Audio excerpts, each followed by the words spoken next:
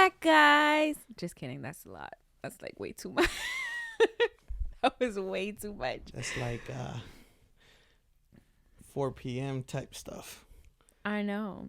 I feel like I'm on overdrive though. I'm so tired. Yeah, me too. But I'm trying to keep myself awake. Cause I'm like, we hit our second episode. We got good feedback. Let's go on the third one. Let's get this going. And what are we gonna be talking about today? Why you said that so fast? So we're gonna continue from where we left off. Kind of left everybody on a cliffhanger. So I have a couple questions for you. And I wanted to get your insight on how it was dating me with kids and that transition of co-parenting with me, and kind of get that little backstory. So let's start with that. So what will we be talking about today? Co-parenting? Co-parenting. Okay. So there's a difference. Co-parenting is the significant other co-parenting with the exes. Yeah, that's too much for me right now. I got so you. Point is co-parenting. Okay, let's just say co-parenting. Okay. So first off, what sets us apart from other relationships? When it comes to co-parenting or just in general? In general and with co-parenting. Well, one of the first things that sets us apart is this. That we can just sit down and have conversations like this. Very true. Just now we do it in front of a mic, but before we used to do this anyways. Just in our bedroom before we went to sleep. Okay. So I feel like that is one of the biggest reasons why it's a little different. Okay. Now, how do you take it? For instance, like let's say there's a situation that happens with Sophie's father, right? Being that he is the only quote unquote baby daddy. Like, well, not technically, he's not a baby daddy. He is an ex-husband. But let's say we have a scenario that happens and I have to come up with some sort of decision. I always talk to you about it. And how do you feel about that whole dynamic? That it's not just a mom and dad situation. It's mom, dad, and husband of the mom. Well, I normally, when it comes to Sophie and her dad and you, I try to let you guys deal with whatever's going on, right? I obviously give you my opinion, but I feel like sometimes it's harder. Let's just talk about in general. When you have 3, 4, 5 people that have an opinion, it's harder to come up with a conclusion than when it's just 2 people. Like, that's true. That's like going on a field trip or going on a trip with 7 people, like we've done Cuba. Somebody wants to go to the beach, somebody wants to go over here, somebody wants to go over there. Yeah. So if it was just me and you, I can say, yeah, let's do whatever you want today. So it's kind of like that. I let you guys come up with the scenario. Obviously, I'm always listening to conversations because if he ever disrespects you, let's just leave it at that. Let's leave it like that. He could be a follower. Yeah, so he might unfollow us from that. Just kidding. It's just my job as your husband. You know, absolutely. I let you guys deal with things, and I feel for the most part, not that we're best friends, but we definitely we talk. We get along pretty well. You guys have a really cordial relationship, which is good.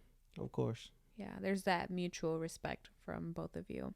Well, I think that's the easiest way for it to be in order for the kids' sanity. Yeah, definitely. Because You never want to see a co-parenting situation where mom can't get along with dad, and I hate the word stepdad, but stepdad's in the conversation too, and nobody can agree to anything. Okay. So, what are your thoughts, or what? So, there's this thing which I kind of mentioned in the last episode, is there's co-parenting versus single parenting. Obviously, co-parenting is us, where I am a co-parent, but I'm in a relationship and I also have assistance. Whereas a single parent, they don't have a significant other, they don't have help, they're just doing it on their own. Where what are your thoughts on that, and how is that beneficial and not, more or Well, less? when you're single parenting, you make all the decisions. Very true. So it's easier for you to wake up in the morning and tell a kid, hey, this we need to do this by this time, you're eating by this time, you're going to sleep by, so it's easier to set rules and boundaries for a child growing up, that when you're co-parenting, especially when that child lives in two different locations, at a certain Mm-hmm. point, rules here may be 9 p.m. lights out, rules over there might be 1 in the morning. you know Mm-hmm. uh Rules over here, gaming may, we don't game or anything, but gaming may be, well, tablets may be done at 7. Yeah. Over there, tablets might not be done. So being a single parent, parenting, even though it's harder maybe financially, decision making might be a little bit easier. Very true. So, just to have a little backstory for the followers, when you and I met, I had two girls from two different relationships. Um, Jada being my oldest, the 13-year-old, um, you got the sense of both relationships, where I had my baby daddy, but then I also had my ex husband. What are your true, honest thoughts of meeting both of them, and who they are and their relationships with you? Like, in your perspective, what were your thoughts of that dynamic? Well, obviously, without mentioning names, we'll call Jada's dad dad one, and Sophie's dad two. Okay. Okay. So with that one, it was obviously pretty simple, because he knew and understood that he was going through hard times. Whether they were real or not, it wasn't my business. Um, so for me, it was easier, because not that I want to control over Jada, but it was easier to make decisions for her once I was in that relationship with you. Um, with that too, Sophie's dad, it was a little bit more challenging, especially because when I met you, Sophie was still 1. I went to her second birthday. Um, and Sophie was still a baby, so she didn't understand what was going on. Obviously, as she grew, it was super different. Um, but Dad too was around and is very involved in her life. Um, Dad one had issues that he needed to resolve, so I was dad for Jada from the get go. Very true. It was kind of, in a very nice way to say it, it was kind of one of those things that, um, as a man, which I can only imagine it would be hard for um, handing off that responsibility in a sense, um, where that's where legal things started to happen. So, good. I thought you were gonna finish more. No, no. Okay, that's where the topic of adoption came up. Correct. And long story short, I ended up adopting Jada. Mm-hmm. It was easier for us, going back saying that Jada came a time in your life when you were still a teen. Yep. T mom didn't call you. No. Very true. Very So true. As crazy as that sounds, I actually did try signing up for that. I'm so obsessed with Team Mom now. I really am. so you were still a teen. Mm-hmm. He was doing his thing, and obviously life takes us different places. Yeah. And he was having his issues, and obviously the longer I spent with you and with Jada, it came time where I had to make decisions for Jada, and I couldn't make them because I wasn't her biological dad. Mm-hmm. When it came to school, when it came to therapy, when it came to anything, I couldn't do anything. Yeah. And I felt with my hands tied. And of course, I have a little bit of sympathy for people. And he was trying, from what I know, trying to get his life in track. But there's other things that he had to go through, like child support, that he wasn't passing along. And I told him, I was like, listen, you don't have to worry about that. I'll give her my last name. Ever since I came into her life, not one thing has been needed. Mm-hmm. So you let me adopt her, sign over the papers, and you're good. And I know that sounds like awkward, but that's how it was. Yeah. So now Jada carries my last name and yours because we put both. Mm-hmm. And just to preface on that, all of this came about or even became an idea because Jada brought it up. oh yeah, well, even in school they were already telling us that Mm-hmm. Jada was signing paperwork as Jada Rodriguez. So she had missing assignments. And in those missing assignments, the teachers were like, well, she didn't turn anything in. What do you mean? I helped her do it. What do you Mm-hmm. mean she's not turning anything in? And later on, they found out that Jada was already putting Jada Rodriguez on her papers. Yep.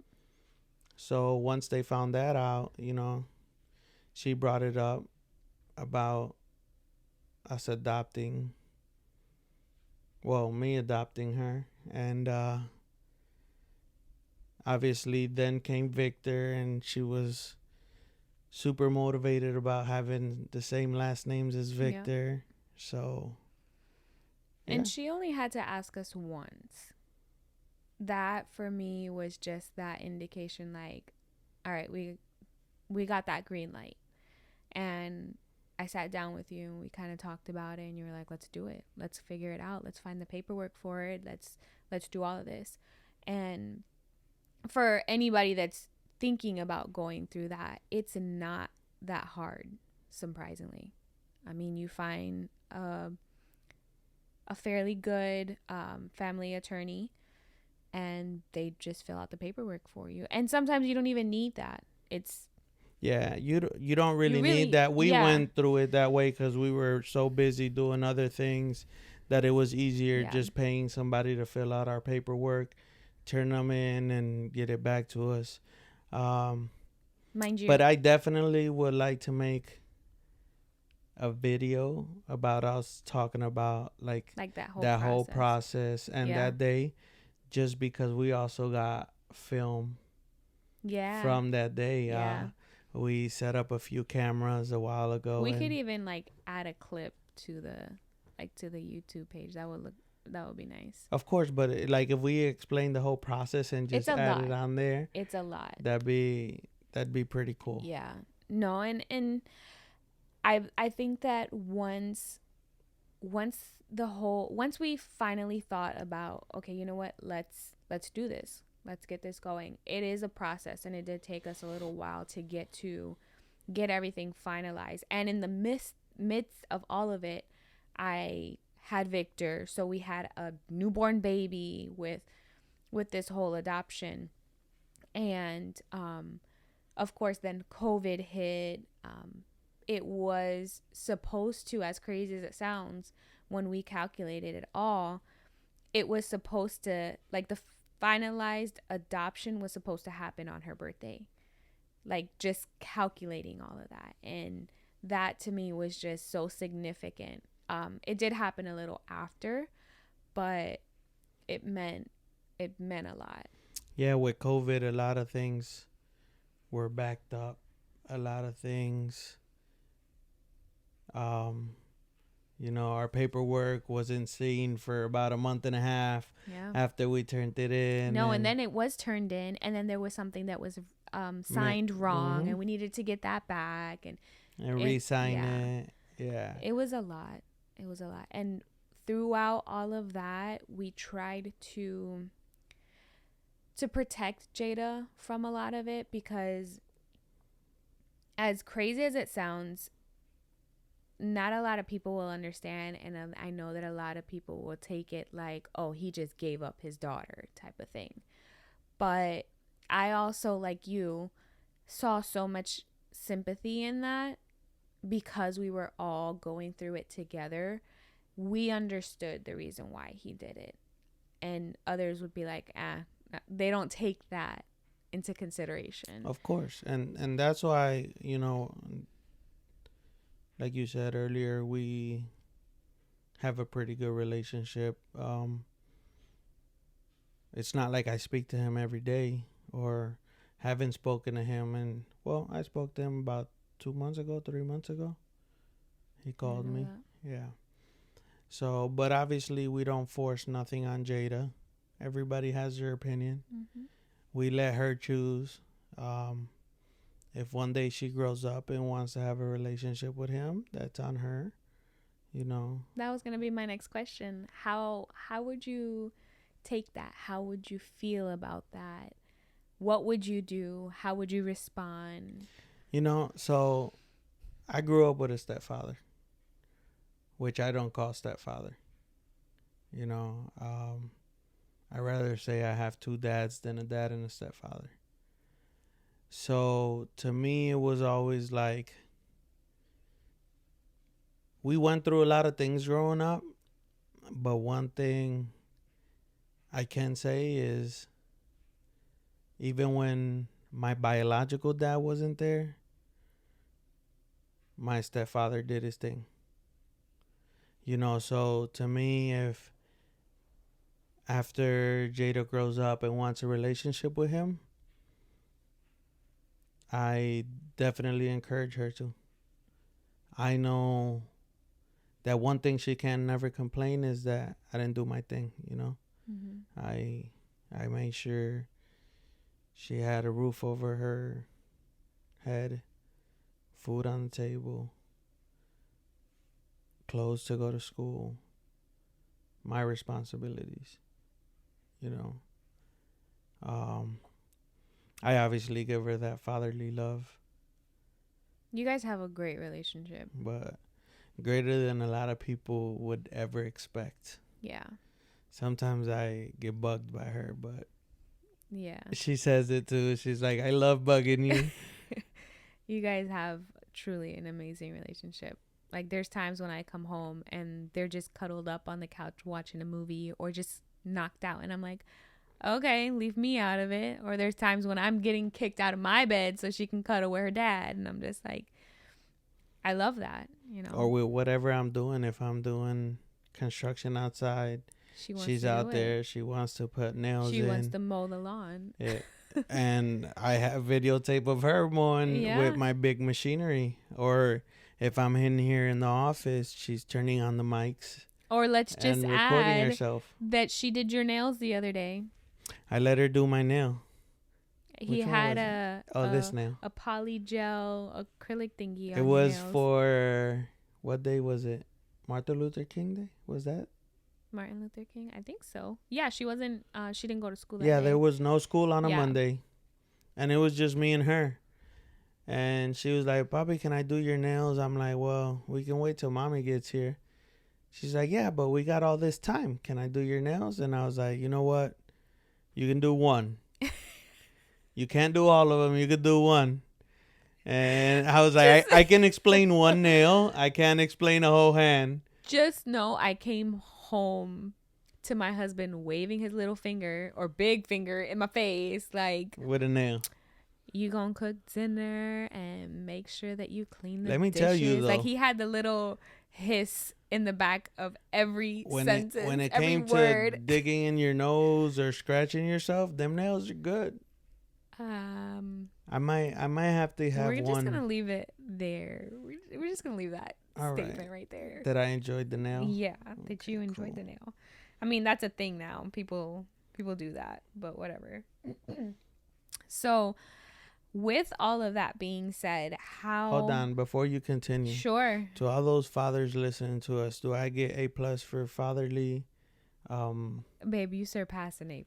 Okay. I mean, but I want them to let me know. Okay. Okay. Comment below. Yes. Let us know in the podcast and on YouTube. Can they comment on the podcast? Yes. You didn't know that? They can review it. They can put stars. You know you're the one who takes care of that section. Yes. I take care of you too. Yes. And on Instagram. Yeah. On Instagram as well. Cool. Obviously, you can comment on Instagram. But yeah, on podcasts you can as well. Spotify. I'm not 100% sure on Spotify, but I want to say you can. We are on Spotify. I just signed up to get on our iHeartRadio, Buzzsprout, Apple, Amazon Music. We're on a couple of those. Cool. But yeah. Okay, so your next question. So with all that being said, how do you feel the dynamics has changed now with having a 13-year-old that is your daughter, having a stepdaughter that's right in the middle of that, and then having your son who is blood, like your replica, just darker? You know, it's just, you know, and a lot of people might say, like to differ. I love all three of them. The love is a little different for each one of them. Even though you don't want to treat nobody different. But like, for example, Sophie's very close to me. But at the same time, she has her dad. Mm-hmm. Right? So my relationship with her is super good. Like, she's the same way. Every time she's here, she's probably, let's watch a movie, let's do this, let's do that. Probably let's go outside together, or, you know.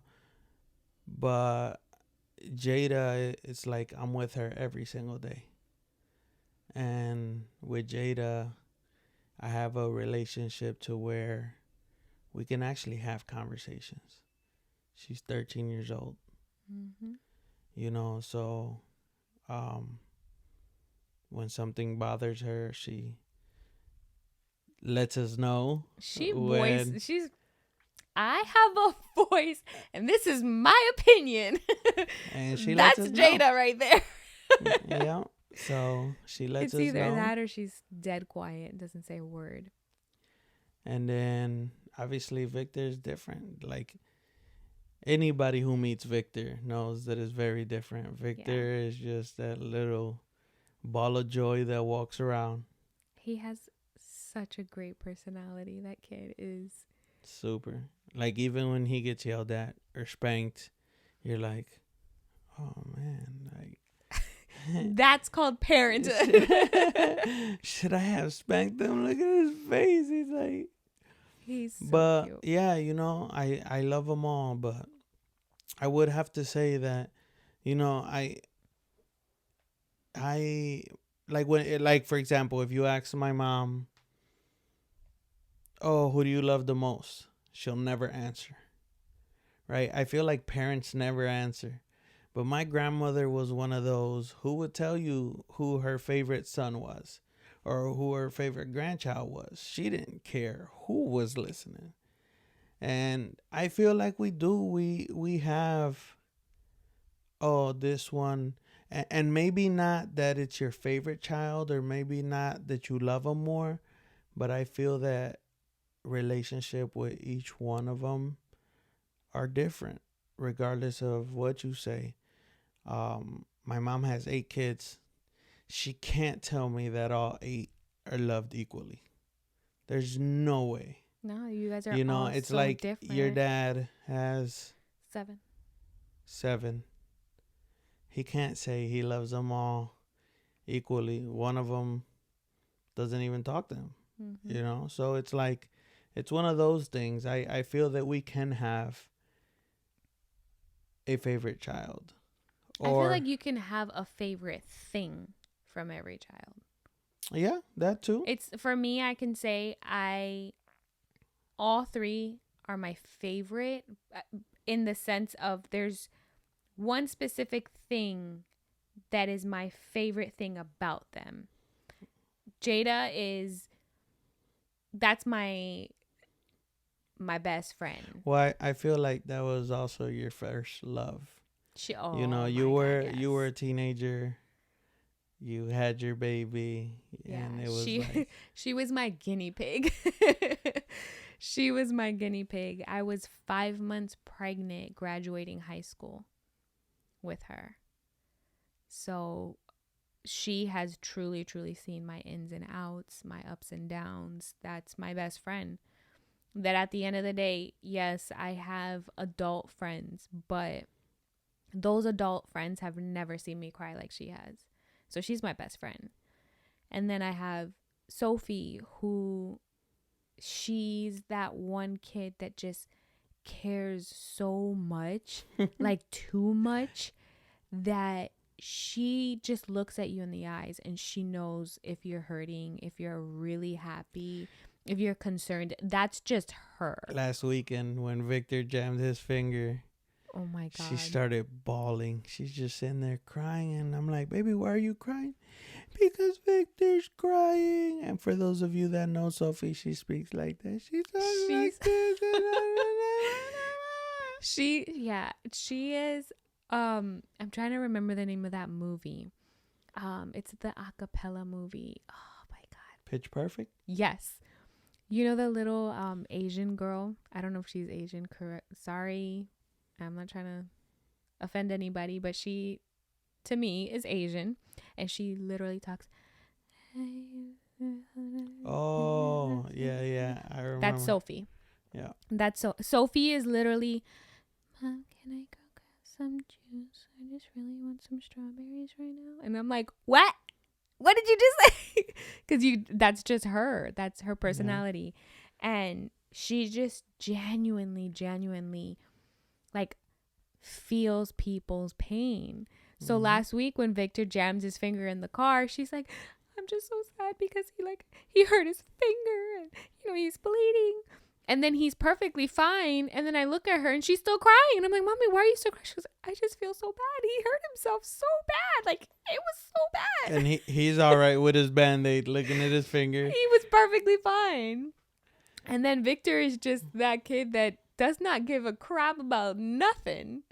Nothing. And he's just so genuinely happy and goofy and just I call him Racket Ralph. Racket Ralph. Wreck-It Ralph. And my little Racket Ralph plays soccer now, so He plays soccer. We were putting clothes away earlier and he broke two hangers. Mind you, he's only two. He broke them and then just running around the house with his shirt on his head, being goofy, saying, "Hey, where's Victor? There he is." Talking about himself. So, and I love those things about each of my kids. They're just amazing. So, of course. And how'd you feel when I decided to adopt Jada? let me tell you, I cried. It was very emotional for me. Just because I I've gone through so much with her that now I felt like, as crazy as it sounds, now I felt like, wow, I'm actually sharing her with someone, because she was solely mine. Like, she's mine. You know, I had her whole life by myself. Um, her father wasn't present During your pregnancy? No, he was definitely there during the pregnancy. He wasn't there during her upbringing. Like, he wasn't in her life from like about 2 months old, and in and out. It was always like, he was there a couple months doing great, and then all of a sudden he'd disappear, and then come back again, and then disappear. It was constantly the in and out for her. And it wasn't nothing super consistent. It was never a day or a month or a year where it was really consistent. Um, and then of course he ended up having more kids, where it was, looking at it from my view, he prioritized those kids more than his firstborn. So not only that, not that I didn't want him around her or whatever the case is, he was always in and out for certain reasons that I won't get into details of. That's, his personal life. But certain things I would ask, are you okay? Are you capable to have her? You're in good standings, or whatever the case may be. But I would never close that door to him. If he wanted to see her, I wouldn't just up and leave my daughter wherever. It was more like, hey, let's meet. Let's go to a public air place or wherever it was. Yeah, like even when I started with you, he came to one of the birthdays. Yeah, he was very involved with my family. We treated him like family. He was always invited to any event. Like, he came to Sophie's birthday party at that. Sophie's third birthday. And my grandparents love him. If they were to see him today, they would come, give him a hug, sit at the table. It was that type of dynamic. He was family. But towards the end, right before the adoption,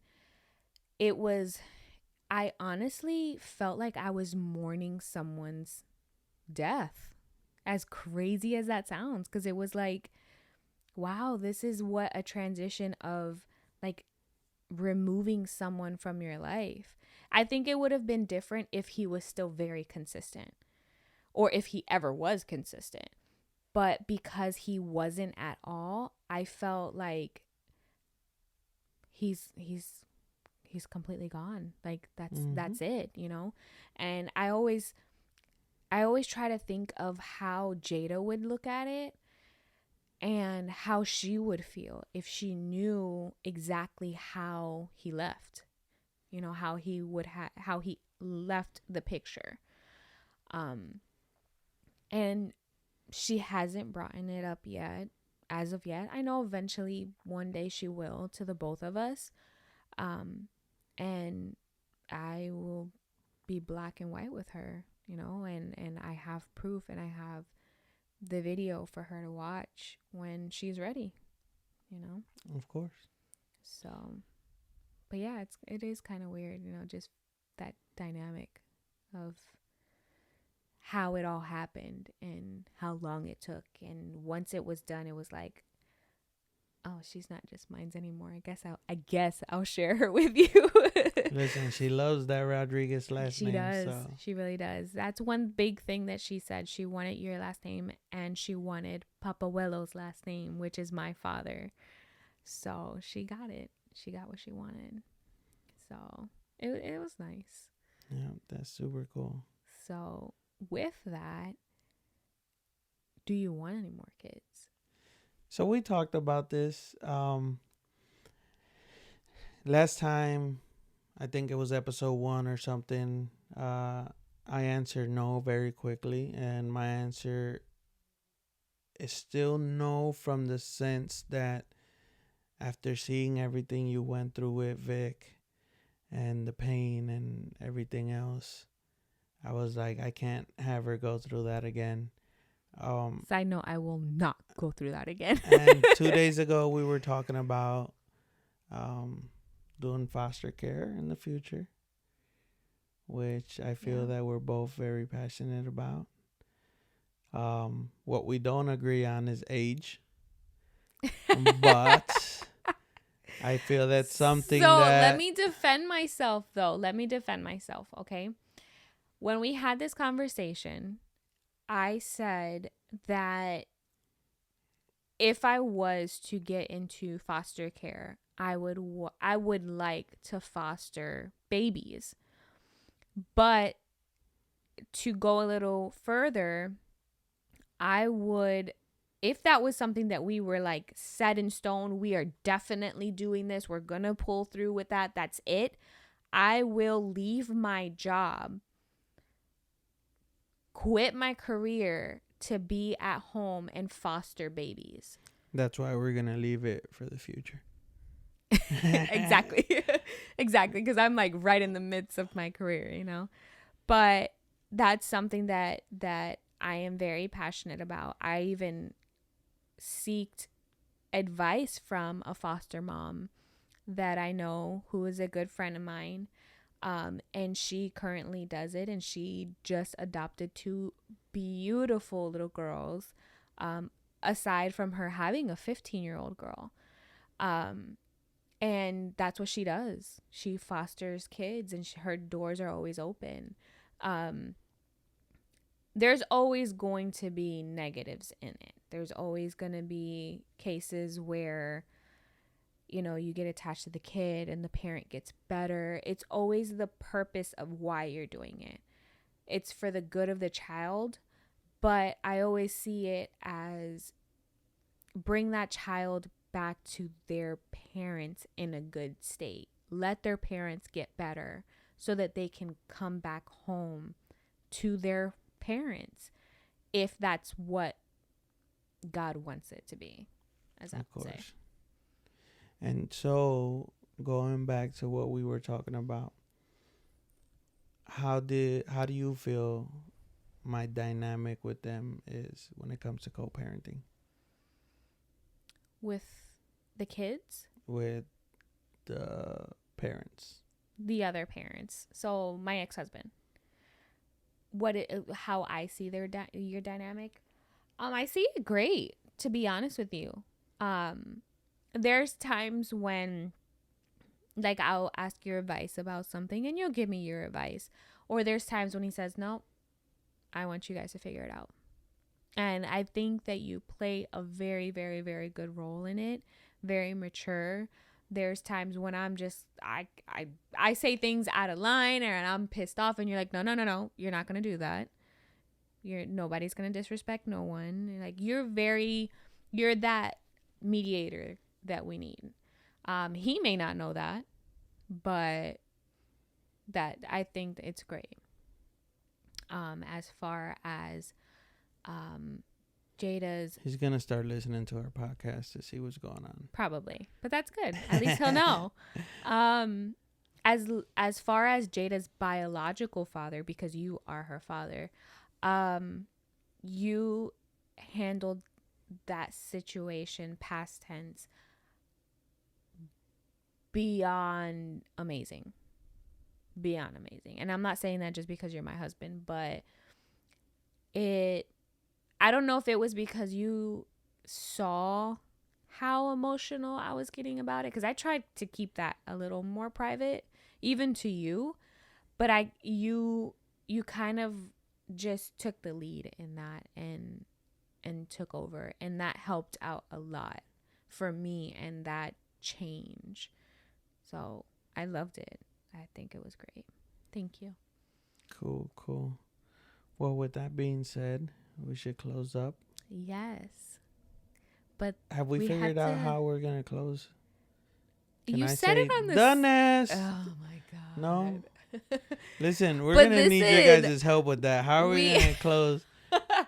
Everybody. Listen, at this point, this is the 3rd episode and you're already saying that. So just do whatever it is that you say. I'm not chiming in on that. You say that. You can sing it. All right. Thank you guys for tuning in. We love you guys.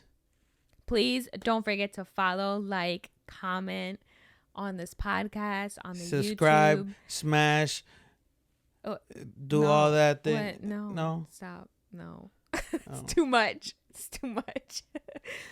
Please go follow the Purple app on Apple Podcasts. Subscribe to our channel. Check our YouTube page. We're also on Spotify, Buzzsprout, Amazon Music. We'll soon be on iHeartRadio. And until the next time. The Nest. Oh, God.